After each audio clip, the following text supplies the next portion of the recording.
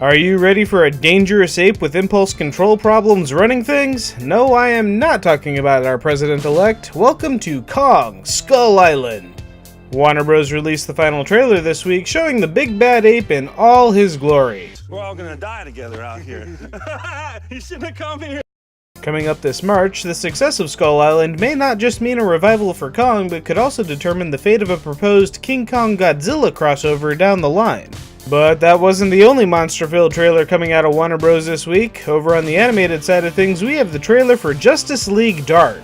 The latest entry in the DC animated movie franchise tosses Batman in with a team of supernatural heroes to take on the mystic side of evil. Or is that the evil side of mysticism? Justice League Dark also continues the Warner Bros. Quest to make Matt Ryan feel better about Constantine getting cancelled. The star of the short-lived TV show will reprise his role again, this time in animated form. And since we're still talking about Warner Bros., it looks like Machinima is under new management. Warner Bros. Announced the acquisition of Machinima this week, bringing the YouTube network into their ever-expanding media empire. What was once a place for homemade animations crafted from video games, Machinima has grown into a YouTube network and major production company that produces animated shorts, daily news videos, and the occasional live-action series. It's hard to say what the Warner Bros. Acquisition will mean for Machinima, but maybe we'll get a live-action Mortal Kombat vs. DC Universe series out of it. Over in Star Wars news, the Mother of Dragons is heading for a galaxy far, far away. Emilia Clarke is joining the cast of the Han Solo standalone movie. Clarke joins Alden Ehrenreich and Donald Glover playing Han Solo and Lando Calrissian respectively in the prequel film. No word yet on if Clarke will play an established character from Star Wars lore or if she'll be a new character altogether. And one last trailer to go over this week, we have a much better look at Ghost in the Shell. Say what you will about the live-action adaptation starring Scarlett Johansson, it's hard to deny that they've got the cyberpunk aesthetic down.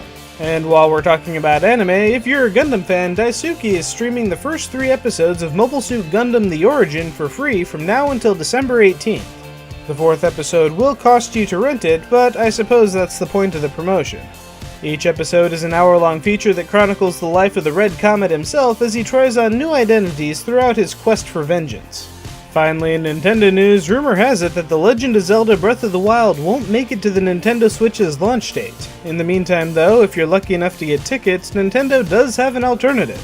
They've collaborated with escape room designer Scrap to create a tour of Zelda-themed escape rooms. The Defenders of the Triforce will hit 8 major cities, one at a time, starting January 31st. Meanwhile, Pokemon Sun and Moon aren't the only Pacific-themed franchises hitting the scene this month. Coming to theaters for Thanksgiving, we have Moana. Dwayne Johnson is a cartoon character, and he's also voicing an animated demigod that helps a young girl find a legendary island. It's Disney, and they've been knocking it out recently, so you can probably count on this being pretty good. And if you're in the mood for something a little less Disney, there's Bad Santa 2. Billy Bob Thornton is in for another round of foul-mouthed debauchery wrapped up in a red suit, and this time he's bringing Christina Hendricks and Kathy Bates into the mix. You still hit like your fucking father. Over on TV, The Librarians is back for its 3rd season on TNT, and mark this one down as yet another show that I've wanted to catch up on, but haven't found the time to. And then in video games, wow, it's a light week this week. Do you need a roguelike action RPG centered around an anime witch in your life? Then A Magical High School Girl may be the game for you. For something a little scarier, there's Arya, a first-person horror shooter set inside a Thai hospital where you must investigate a mysterious murder. And for a little bit of both, there's Manor of the Damned, a retro-style action RPG that puts you in the shoes of a vampire dungeon-crawling his way around a monster-filled landscape. Or if you have a desire to put anything but Pokemon Sun or Moon in your 3DS right now, there's Dragon Ball Fusions. If you're a fan of the franchise, you'll probably enjoy touring around the Dragon Ball universe, building up a team of your favorite fighters and fusing them into wacky composites.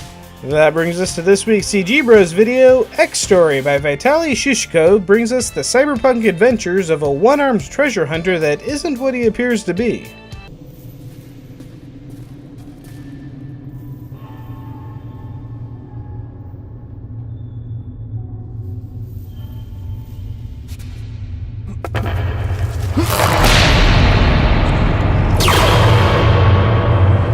For this week's awesome video, check out the first episode of Mark Hamill's Pop Culture Quest on DC Entertainment's YouTube channel. The voice of Joker kicked off the show by getting a tour around the DC office with Jim Lee.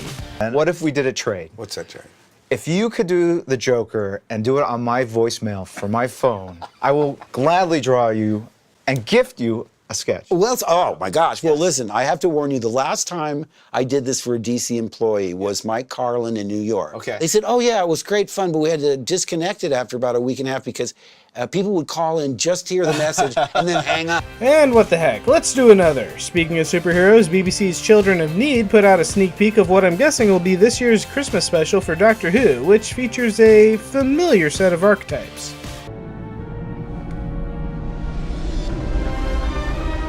Oh my god, he's real. Who's real? The ghost. Who's the ghost? And because the internet was putting out a lot of good stuff this week, here's a third video. Raka Raka put their special effects no jutsu to work this week by making an incredibly silly but still well put together Naruto-style fight.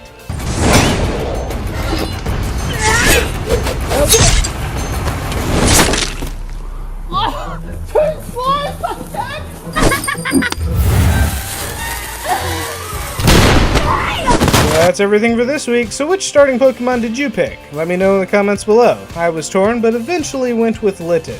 Be sure to like and subscribe, pass this video around to your friends, and have a happy Thanksgiving.